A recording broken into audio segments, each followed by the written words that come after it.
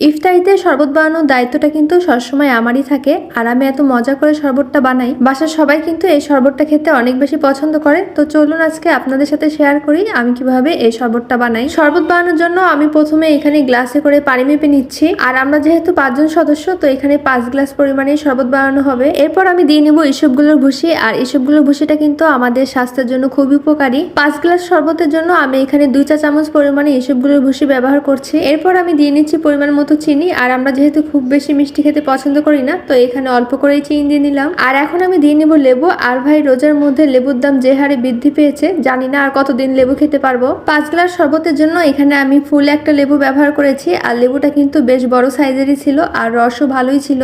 এখন দিয়ে নিচ্ছি ট্যাং, আর ট্যাং কিন্তু আমি বেশি করে দিয়ে নিচ্ছি, কারণ ট্যাংয়ের কারণে কিন্তু আসল স্বাদটা আসে। ট্যাং যত বেশি করে দেওয়া যাবে শরবতটা খেতেও কিন্তু ততটাই মজার হয়। এই তো আমার শরবত বানানো কিন্তু রেডি। এখন এটাকে আমি ফ্রিজে রেখে দেবো, ইফতারের আগে বের করব।